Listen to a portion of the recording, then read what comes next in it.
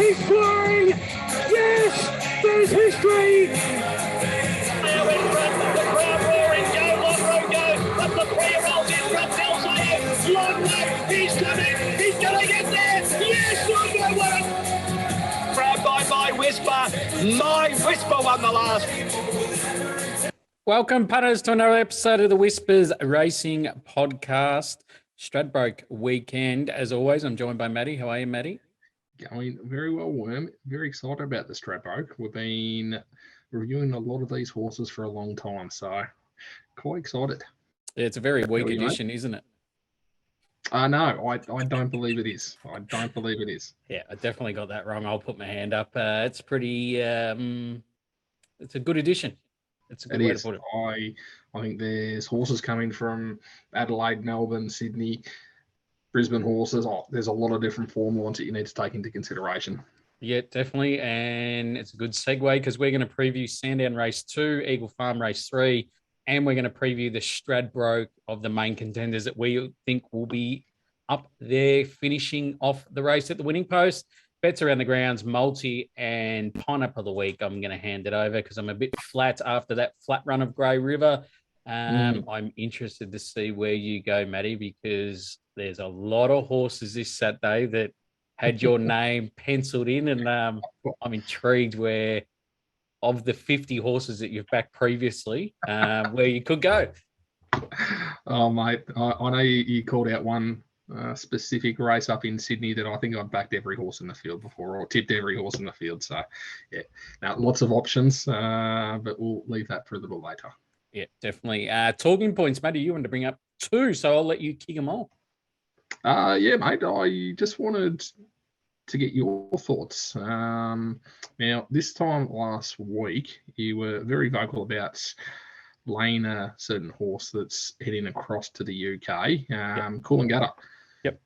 I saw that the trainers in Mark Eustace, I think it was Eustace, came out afterwards and said after the trial that was, to the naked eye, very disappointing. I went back and watched it, and it was. I actually reviewed the data, and they had a chat to Artorias' trainers, Freedman's, yeah? Yep. And very, very similar data. And they were quite happy with the recovery speed. So I just wanted to get your thoughts on if Cool and Gutter is still going to be a lay in a few weeks' time. Surely Eustace has taken the piss, yeah? I don't think so. I think he was very serious, and they put the data trackers on all their horses as they go through jump outs or trials, and they went back and reviewed it, and they were very happy with where the horse is sitting. Okay. It's a weird one because from what I've seen out of Cool and Gutter, it trials well. It shows its foot out there, and you can get a good guide off it. So that's why it's always runs well off good trials. Artorias isn't a trialer. He's just does his work and goes home and brings it to race days. So to compare it to Artorias is going a long way. I can't believe they've come out and done this. Obviously, it's two different opinions. Ma wasn't happy. Eustace is happy, which is good for the owners. They're going to waste their money going over there in top hat and tail. So good luck to them. It just gives me more confidence to keep laying it because. All right, on to Betfair we go. Yeah. Second one though, quite disappointing. Whenever we travel across to whether it be somewhere in Asia or Europe, always stop off in Singapore and always find myself on either a Saturday or Sunday, most likely on a Sunday, heading out to Kranji and having a look at the horses that go around in Singapore. But late next year, that won't be the case anymore. The government are closing it down and selling the land off, or developing the land, I should say. Yeah. So quite disappointing from my point of view because I always enjoyed getting out to Kranji. Yeah, I'm going over there in August, so I'm hoping that they stay open till then because they do close 2024 October, but listening to the jockey rep for Victoria, he's already had a lot reach out to him about coming over. So I just wonder if they pack their bags early and just come across, which maybe close earlier. I heard an interesting stat. They have 700 horses over in Singapore, and Kirima has more than them. So that's not a good look. It's not good when the government don't support it. I've heard reports that they've never supported it, and it was always going to happen this day, but they thought maybe 2026 to give enough people to move on. But yeah, it's sad.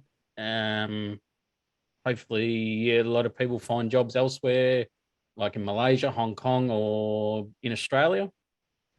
But yeah, it's just hard to come to grips with that sort of stuff, because I just wonder one day when it's going to happen here. I know greyhound racing in New South Wales was close to close because of the government.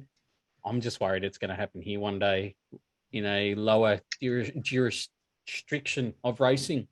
Yeah, look, slightly different. The government owned the land and they've decided to do something different with it. So it was always a risk. But yeah, it's still disappointing.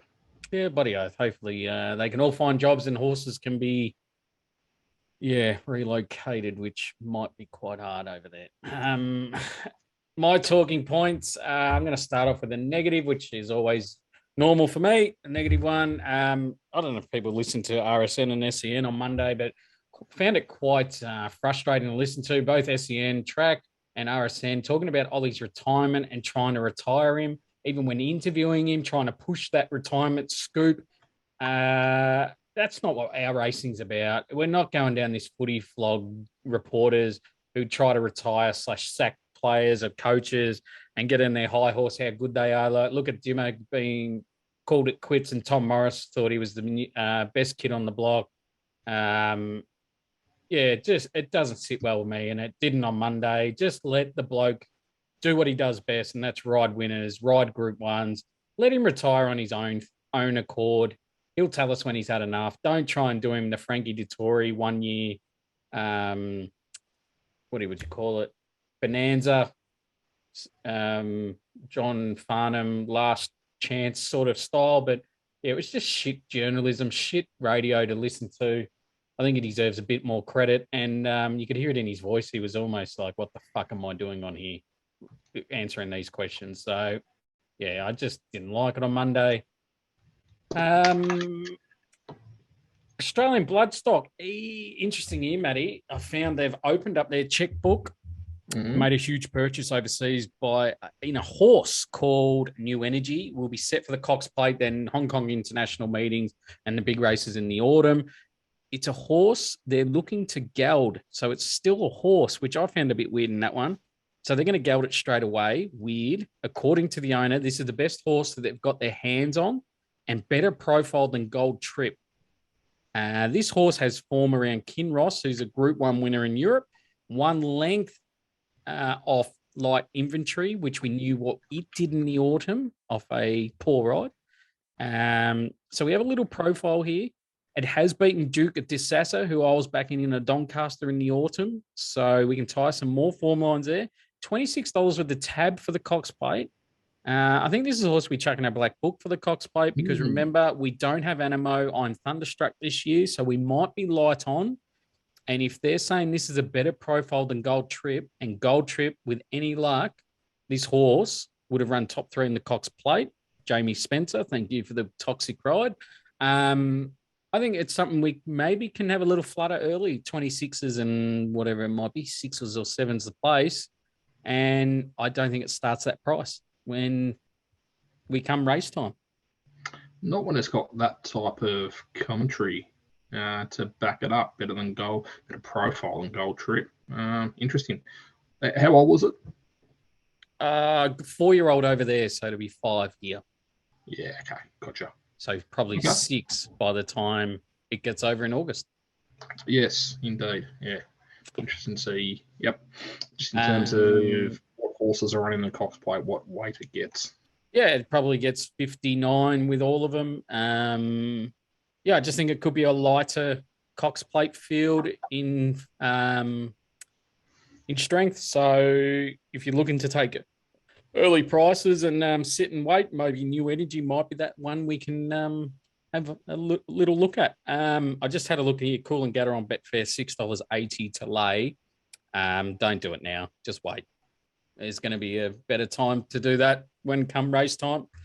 10 race card obviously been confirmed and kicking off August 1. Found it interesting that they've cut prize money back and they're going to get it back with this 10 race card, they reckon. They've cut a lot from the Group 1s, like your Mackay Divas, all those soft Group 1s. Haven't cut them off by much, 200,000, 100,000 odd each little race. So obviously they think they're going to get their money back here with the 10th race added from August 1st.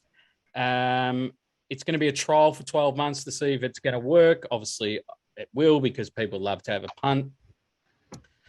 So this race will be aimed for, I've got to find it. Okay. Races for Victorian trainers who prepared less than 5 Metro winners and had less than 50 Metro starters in season 22-23.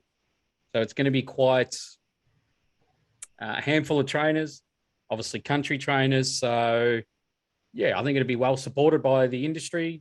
Who doesn't love a Metro winner come Saturday? So, yep, be good. I don't know if it'll be much betting prospect to get into, but, yeah, you'd be looking at country horses, basically. Mate, that's your specialty. Yeah. It'd be interesting to see how it should be well supported. I can't see them being small fields. I reckon we'll get 12 plus horses each week, which would be great. But betting wise, it'd be interesting to see are they benchmark 64s? Are they benchmark 70s? Be interesting to see. Oh, mate, they'll be like your midways and your highways. You're gonna be getting 16, 17, 18 horses, and they'll be very difficult to be betting into. But good for the trainers, good for the owners. Yep, 100%. That's the main thing about it. Owners get a day out. They probably have the time of their life having a Metro winner, which we all love to have. Right, so that's talking points, track stats, hillside rail out 5 metres. I'm just going to look for horses up on speed. I think the rail will be just a touch off. Lanes 3 to 4 will be perfect down the middle of the track.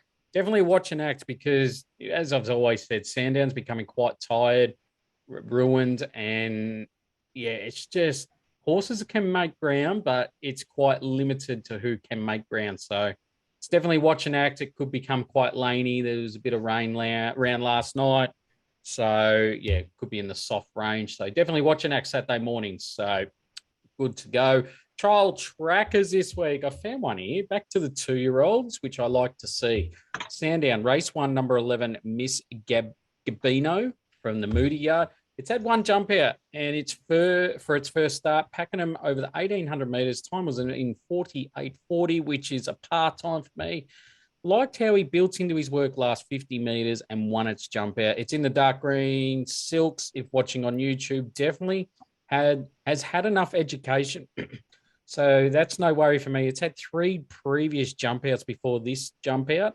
Barrier 4 should be rolling forward and hard to run down. Typical Moody horse. I heard Moody give this horse a good rap and said it might be better next prep, but I think it can win on Saturday off this jump out. So that's race 1, number 11, Miss Gabino. As I said, we'll be previewing Sandown races 2, Eagle Farm race 3, and Eagle Farm race 8. I will get stuck into the odds here for race 2. The benchmark 78 over 1,300 metres on the hillside track, of course. And as the odds come up very quickly, we have the favourite here is Extra 2 at around the $3.30 mark. Free Wheeled at $5.50. Second to None, $6.50. The Grant, $7. Jenny Jerome, $7. Lady Jones, $10. You can have $17 the rest. Speed map here. I've got an Extra 2 and Lady Jones. I have leading at a slow to even tempo, but I can't see much else battling for the lead here other than these 2. Free Will, I think they will use this barrier and camp behind the leaders. Movada from a nice draw should hunt up and camp behind the leaders. Even thought World Action here has a good draw, but I think they could be 3 wide, no cover. Jenny Jerome from 10, I feel they'll be the last and the widest runner down the straight when straightening. And just like last start, actually. So, yeah, it'll be interesting to see how we go with that speed map. Who I'm keen on here? I'm quite keen on here. Oh, sorry, let's start again. I did say this was a benchmark 78. This is basically a 64 rating race with a lot of horses not rating too well. We've got Jenny Jerome at top rater at 81. Of course, that's why it's carrying 61 and a half with a 3 kilo apprentice on board down to 58. But the rest, yeah, they're around the 67, 64 mark. So in saying that, I'm quite keen here on number 7, Extra 2, one first up at Kyneton and won by 6 lengths. They went quite slow up front and sprinted home, but it ran the best last 1,000, 600, 400 and 200 home of the meeting. Yes, it is off a very, very slow tempo, but you still got to do that. This horse was purchased by Kieran Maher Racing off its first start at Ballarat back in October. Should have won that day with any luck with the horse. Got its head on its side. Did a lot wrong being held up as well. But 11.08, 4 to the 2, 11.36, 200 home, 200 to the home off a very fast tempo.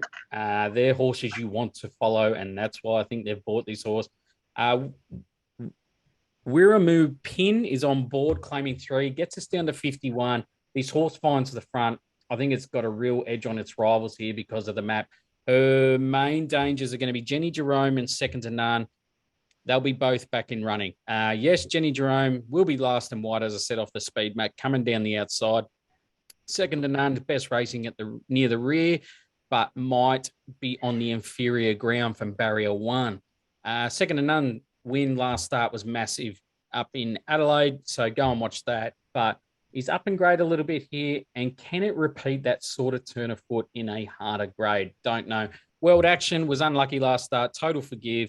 If you like it from its last start, you've got to go again. If you like Movada, little form lines here. It was defeated by Free Willed, who Free Willed has been racing against Jenny Jerome. So there's something you can tie in there. But in all, I am very keen here. Extra 2. Matty. Very nice. I can see how you've found that. And interesting, Kieran Maher and Dave Eustace just purchased that one after one start. Look, observation more than anything else in this race, Worm. Also, just the Mitsubishi Cup. Into me, one question, though. How is John McNeil still riding in Melbourne when you've got the Brisbane Carnival on?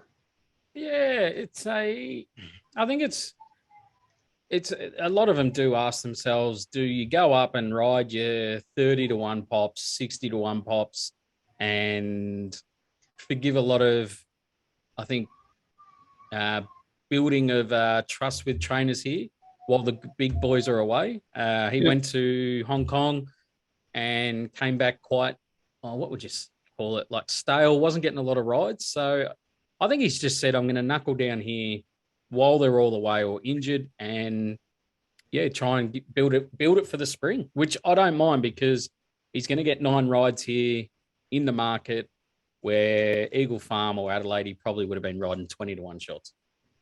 Okay, interesting. Yeah. Secondly, I don't know what jockeys are left in Victoria to ride up in Swan Hill, but Look, I can. For this race, I can definitely see he landed on Extra 2 as you've described it. So nothing further to add. Beautiful. Subscribe to our YouTube channel, guys, or on any podcast platform. As I said, please subscribe to our YouTube or any podcast platform. Please rate us on Spotify if you're a listener. We'd love to grow our rating and grow our audience. As I said, we are all free what we do, all paywall, no paywalls whatsoever. So please, as a gesture, can you please just rate us out of 5? And we'd love to grow our audience and grow. So all you regular listeners out there, which we really appreciate you each and every week supporting us, please support us by rating us. If you want to be part of the Whispers WhatsApp group, plenty of bets going around there.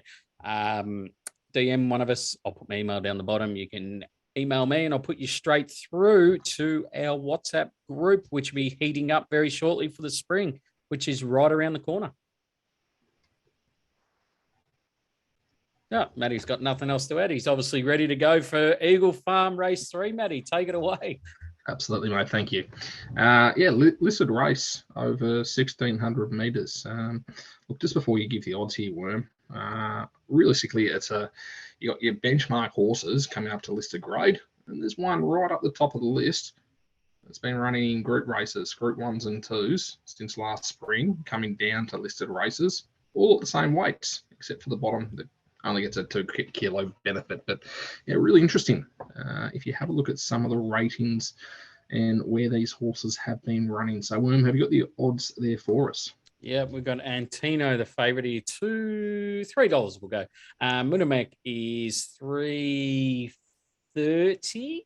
Kerwin's Lane, $8. Skyman, $8. Cinewan, $9. Dragon Leap, $11. You can have 16 plus the rest.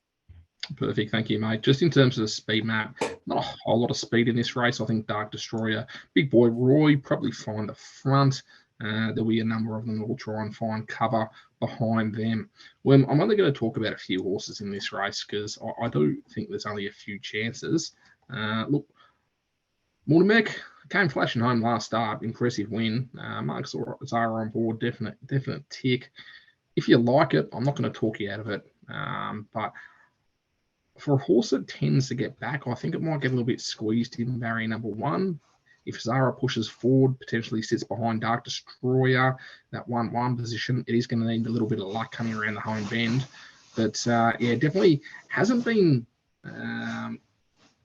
in the races that I'd be wanting to follow for a horse that's paying around about that 350, 340 mark at this stage. So, look, just again, has been running well, but I can't probably tip you into Munamek within this race. Now, I did mention the horse at the top, Kerwin's Lane. It's been running in Group 1s and Group 2s. Has J-Mac on board, barrier number 7, going to sit midfield. Now, this horse rates far better than anything else within this field. If I was just looking at that, I'd have it clearly on top. However, its performances since last spring haven't been anything to write home about. So you've got to have a little bit of trust here in terms of wanting to back it. But in terms of class, far outstrips these horses. It's done it before, did it last spring consistently. So I think with J-Mac on board, it really does need some consideration. And I can see this horse being on the podium. One that I have backed previously, Antino. I do have this horse on top. Now, what I love about this horse, I got the speed map wrong. Actually, I'll take that back. I didn't get it wrong. It generally takes a sit, but this horse can take a sit, be last, and we saw last start, lead all the way. Now, that is extremely impressive. What it says to me is this horse has got a number of different gears. It got to the front, and it just set a tempo, a cruising speed. Got to the 300, went up another gear. That's enormous that it's been able to sustain that speed across the last 300, and no other horse really got close to it. You go back a couple of starts, and you see it's in the back of the field, flashing down the outside. So this horse has got a number of different tempos that it's going to be able, depending on the speed of the race. Now, last preparation, Antino, it won over 1,600 metres in its final race of that preparation. And in that race, it came down the outside. In this race, I don't necessarily see it getting to the outside like that from barrier number 5. I think it'll probably take a sit behind Big Boy Roy. You might find Dragon Leap or Kerwin's Lane crossover, and you'll find it midfield. But I think it's going to be sitting on the outside, and it will be able to peel to the outside on the corner and should be able to hit the go button when need be. So I'm quite confident of Antino here, around about that 320 mark. But as I said, I'm also quite confident Kerwin's Lane finishing on the podium with J-Mac on board, expecting it to improve quite a lot off its group racing, dropping back to listed racing here. William, how did you see this one? Yeah, no, I like how you summed that. And Munamek, I really can't dive into this price. I think it's quite poison. So I'm keen to take him on. I'm definitely going to look at that pink button for Betfair. 4 starts ago, it was winning a benchmark 84. That's fine. Um, couldn't beat Here to Shock in the Bendigo Mile. Yes, it won 7 days ago, but it was coming off a 9 week break. So I know that figure it won 7 days ago is good enough to win this, but I just can't take that price considering it's a 101 rater, but it was 4 starts ago winning a benchmark 84. So how have they come to 101? Obviously, last start it's rocketed against some seasoned horses here. And as you said, Antino is a very, very good horse when ridden midfield. So I think they do that again.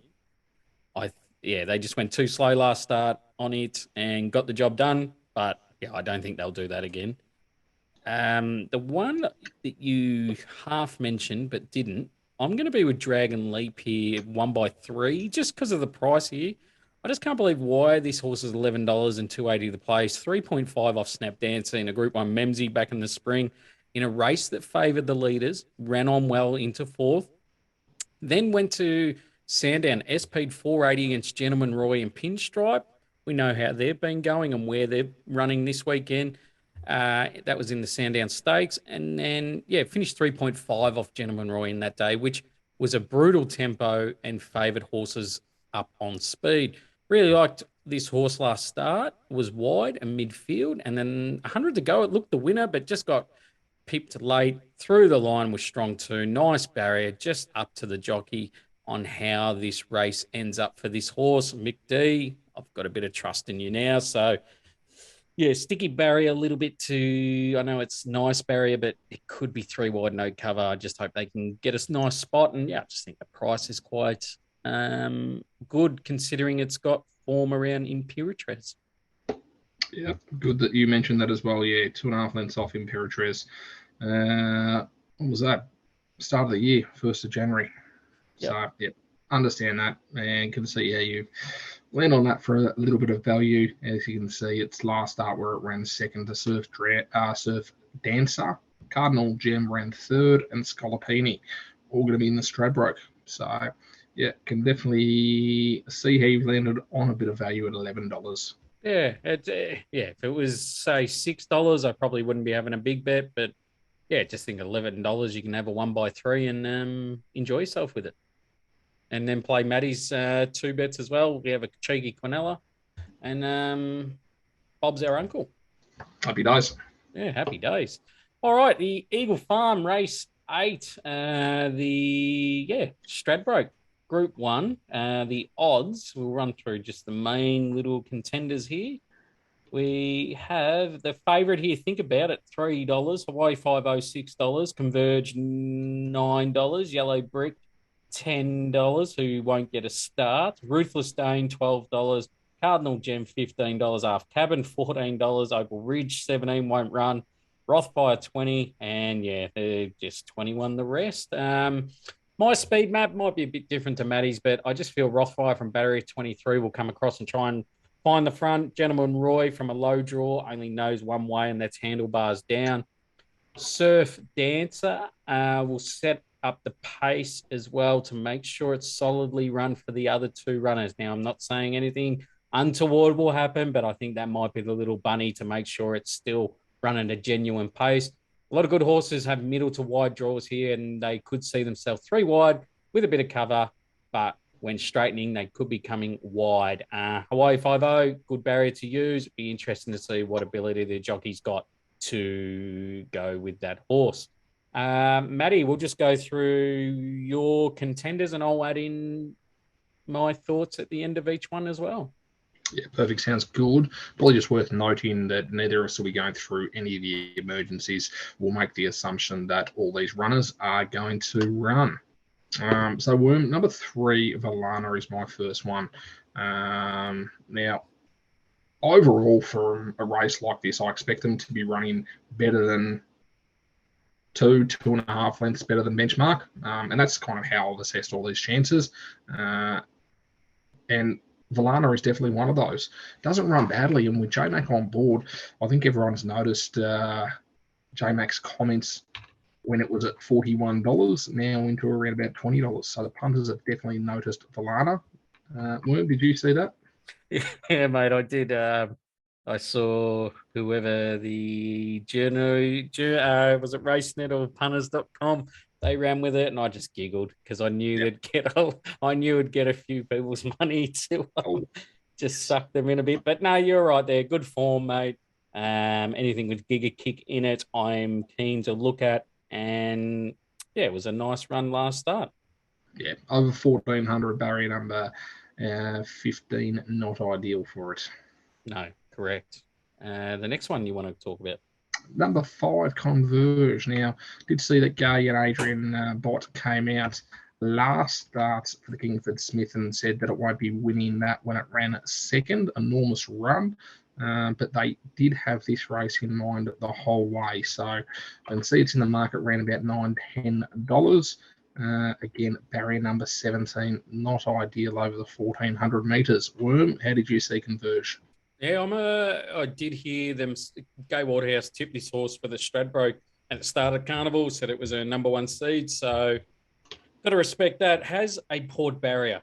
I know that can be quite frustrating, but if you're keen, don't be worried, because in 2021, this horse burst onto the scene twice at Eagle Farm coming from the rear. Size Produce, JJ Atkins. Nice run last start. Any luck, I think it should have beaten. Think about it. Contender, definitely. Good call, yes. Number 7, Gentleman Roy, a horse that we've mentioned on this podcast a number of times. Look, my only question is, can it get back to the Jacquinot form? I'm very encouraged by the fact that Craig Williams rode it last start and is still on board here. So it's going to be interesting, and you're going to get a price to find out as well. Worm, how did you find Gentleman Roy? Yep. I think you've seen my notes. I think this is the rough year of the race. Looking at its replays, I reckon it was a dead ride last start. Jumped out of the barriers, and jockeys showed no urgency to roll forward. Every start other than that has been urged to roll forward. Willow stays on, as you mentioned. I think that's the big tick there. He wouldn't be riding it if he didn't want to. There's no way they take a sit. They roll forward. As you said, brings that form with Jacquinot in it. It's a contender. It's 51s in the 23s since barriers. Ruffy of the race can run top 3.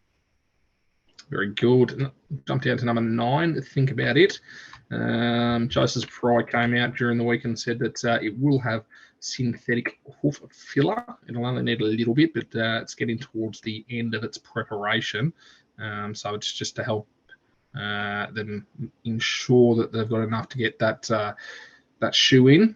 He did say, though, that it doesn't matter about the synthetic hoof filler because Winks also won with synthetic hoof filler. So don't worry about that. Joey said that we're good to go. Look, overall, its rating and its performances, for me, don't indicate a $3.10 price. It's been winning. It's got the picket fences, so I completely understand. I've got it close to the top. I've got it in line with a number of others, but $3.10, oh, geez, I'm not that confident in think about it at that price. However, it hasn't let anyone down previously. Worm, how did you think about it? I'm just wondering where you're getting all your news from, mate. Are you getting it from the dark web or something? Like you got a Cool and Gaddis trainer's gone to Artorias and said, "Yep, it's on the right path because it did that before a run." And now Joey Pride's come out and said, because Winks won in bloody synthetic hoof filler. Fuck me, where are you getting this? You'll be surprised they send you these little news clips. Geez, what's in the water? Someone drug test these people. But synthetic hoof filler, we know how this ends. On form, I cannot knock it. I wasn't going to knock it, but when I see synthetic hoof filler, we know how it ends. And if you like this horse, I suggest you wait because it will go out. I'm taking it on, laying it. So there's my second lay of the weekend. Think about it. Matty, next one. Number 12, Half Cabin. Now, look, if this horse didn't draw the car park, I would be all over it. But from barrier number 19, where it's going to sit in this run, I can't be tipping anyone into it. The draw barrier would have been a huge show, but yeah, unfortunately, I think it will kill this horse within this race. Worm, half cabin for you. Yeah, definitely, mate. I liked its Doomben 10,000. Yeah, got a bit too far back. It just grinded to the line, went back to the trials in Ramwick, and was a very good trial against some not so good horses, but it did what it had to do. As you said, barrier is its concern here, but I definitely can think you can put it in your top four, in your first four, or trifectas if playing, because yeah, it's a good horse. Good horse. Number 13, Royal Merchant for Kiramar Dave Eustace, betting Thompson on board. Now, this is the winner of the Goodwood over 1200. It's up to 1400, where it's placed in plenty of races over 1400 metres. Worm, I think this is a huge chance. And Kiramar came out and said that both this and his other runner in the race have got every chance of taking this race out. Now, even without those comments, from a ratings perspective, I've got this horse on top, Royal Merchant. Worm, how did you see it? I'm definitely not going to knock the trainer's thought here, Kieran Maher, because he knows best. But do you want to be taking Adelaide form into Brisbane? That's my only concern. But at the price, at $34, I'm not going to talk you out of it. If it was 8 single figures, I'd be, yeah, taking it on and saying no. But at 34s, it's a good price. Benny Thompson, local, knows the track from barrier number 14, should be able to navigate. I'm quite confident that this horse runs an exceptionally good race and you're getting a very good price to find out. We'll jump down to the other runner in the race, which is Ruthless Dane, number 14, with Mickey D on board, getting about $14 here, coming off the Sangster win. And again, has been in group racing over 1,400 metres and placing in those. So I think it needs to be taken into consideration with Mickey D on board. Worm, what were your thoughts on Ruthless Dame? Yeah, I can't knock it. I know it's Adelaide form. I know you're getting half of the price of what Royal Merchant is. It did run almost 2 seconds quicker than Royal Merchant. I know on different days, but same track conditions. Second was another award. Same with Ruthless Dane. So, yeah, I'm a big fan of the horse. I definitely thought it could win a Group 1. It has. Its Coolmore run was good without winning, and Surround run was awesome. In Secret was in that. Sunshine Paris was in that. So definitely the right price. I just can't entertain that Adelaide form. That's the only knock. That's all right. There's a lot of different form lines coming into this race, so you do need to pick and choose. And finally, number 18, Hawaii 5-0. Are we going to have a clip in the intro this time next week? We will find out if it becomes a Group 1 winner. Now, we found this at the Hawkesbury Guineas nice and early, and since then it's gone on and won another race during the Brisbane Carnival, which was quite impressive. As the owners do, they talk the horse up and they say that it's got another level to go to. Putting that to the side, I think it can improve off its last run, which was extremely impressive. From barrier number 3, it's definitely got the draw within the key contenders within this race. So Rachel King on board, only riding 49.5 kilos. So if this horse, I would imagine, is going to be sitting in the first 6, gets a bit of clean air on the corner, honestly, good luck trying to catch it. So Hawaii 5-0 is definitely in my thinking. Worm, how about yours? Yeah, I've got to be with Hawaii 5-0. Got the pervy run last start, and I think it happens again. The figure it ran last start at Eagle Farm is good enough to win off the figures I use, which is different to Maddie's and different to others, I believe. If he improves, I don't see them beating him. Jockey is my only concern, but at 49.5 kilos, I'm happy to look past her and just back this horse in. So my main bet's going to be Hawaii 5-0. I'm going to play a first four as well, just in case I get this wrong. Scalapini's going to go in, Converge, Gentleman Roy, Half Cabin, Hawaii 5-0. Matty? Very good, Worm. I'll be playing 3 horses. I will be taking the Adelaide Forum. We'll be back in Royal Merchant at around that $34 mark. Ruthless Day around that $14.15, and Hawaii 5-0 around that $6 mark. So they're the 3 that I have on top from a rating point of view, plus also Hawaii 5-0. I'm expecting it to improve to be up to that level as well. Yeah, cool. So at least we align on something, and you can make your own judgment, listeners, punters, on where you want to align with. Around the grounds, Matty. Now, surely you're going to race 8. You backed every horse in the fucking field off our podcast. Fair effort, since we've been only going for a year and a half. So if you take field, I'm fucking leaving. Well, you're talking about Royal Randwick, race number 8. I'm going to run through this field. Tycoonist, we've all backed. Zeus, we've all backed because no one can ever pronounce his name. Never Talk, we haven't. Conscript, we definitely have. Dragonstone, we mentioned 2 weeks ago. We said, wait for it to be second up. It's second up. Surreal Step, we've backed it because I said it was one of the better 101 chances we've seen in a long time. DeHorned Unicorn, definitely backed. I don't believe it's going to win this race. Spacewalk, we saw what it did last start. Just get it out, J-Mac, and it would have won. And then you've got We Will Rock, the New Zealand horse coming over that was leading the whole race except for the final stride. And She's All Class, thankfully, that got scratched. So, yes, when we have backed a number of these. Looking at the race, interested to see what the market does with Dragonstone. Second up, it wasn't a bad run last start, but I couldn't be steering anyone into it. Spacewalk, look, it was enormous last start. If it runs anywhere near that, it's going to be in the finish. What I'm thinking, though, Worm, is the New Zealand horse that just got pipped. I think he can get it done this time round. We Will Rock. So we'll be with We Will Rock at around about $4. So I'll be interested to see what price it does start. I think they've got it about right at the moment. I think Spacewalk and We Will Rock around that $4.50 mark's probably about right. We've got that on top. Worm. Next, we're going to be heading up to Eagle Farm, and we'll be going race 1. Now, this is a pineapple going back to, it was around about the 20th of May. Queen of Dragons, as we mentioned, ran second to Militarized back in Feb.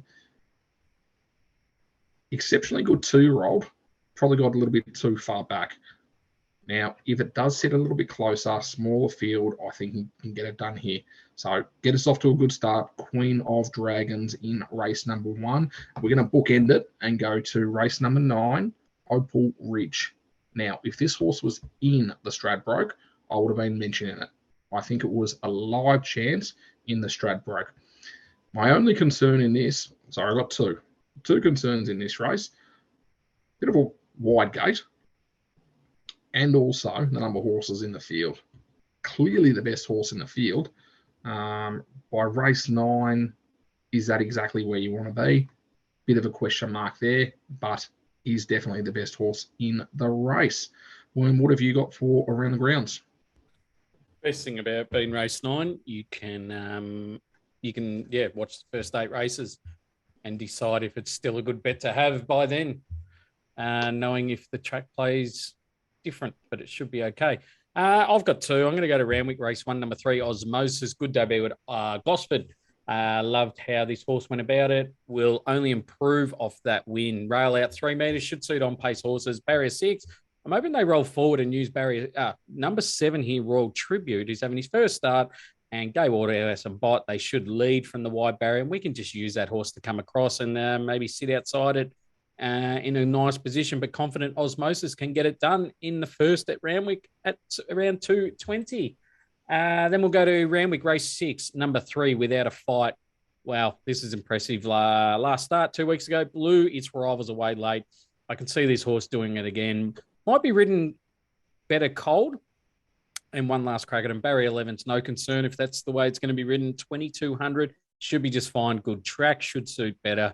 Good got to remember this horse has paid $11 for a Melbourne Cup. Totally forgive that run because sitting on pace in a brutal tempo, it was never going to be competitive. $3.30 on Saturday is a good price to get involved. So that's race 6, number 3, without a fight. Multi-time, Matty. I think we both fucked up last week, correct? We definitely did. I had Quantico in there around about 5th or 6th, which wasn't great. Alabar, that one, which was quite good, and Toodle La Vita, some decent names going around. That ran 2nd. Looked like it was going to get the chocolates. It'll probably start at $1.20 next starts. But this week, Worm, I'm going to have a little bit of value. I like it. Kerwin's Lane the Place. As I mentioned, been running in Group 1 races down to listed class. Don't necessarily know if it'll get the chocolates, but definitely expecting it to be on the podium. And then the one that we did mention, Eagle Farm, race number 1, Queen of Dragons, expecting it to be also on the podium right in the finish. So those two for a place, Worm. What did you go for? I'm going to take Brisbane Lions to beat up Hawthorn, $1.22, and extra 2 to win. So Brisbane to beat Hawthorn, extra 2 to win. Kerwin's Lane the place, and Queen of Dragons the place comes to $19. Matty, Pineapple, please tell me you're not going to race 8 and round weekend, same field. It was a consideration.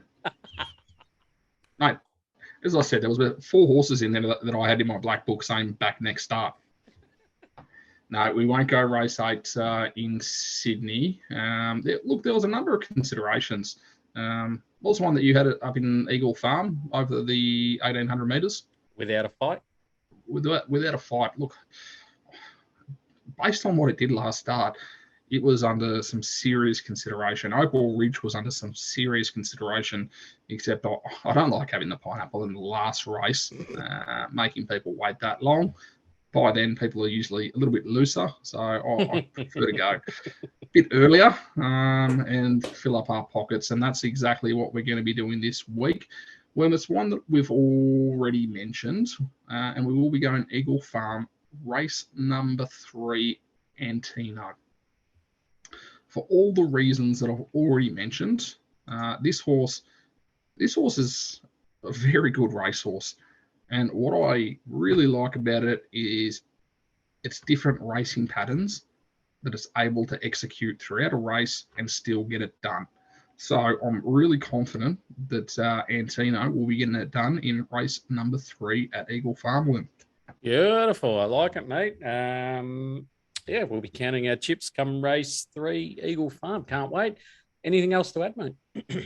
Oh, mate, really looking forward to this week edition of the Stradbroke, as you called it.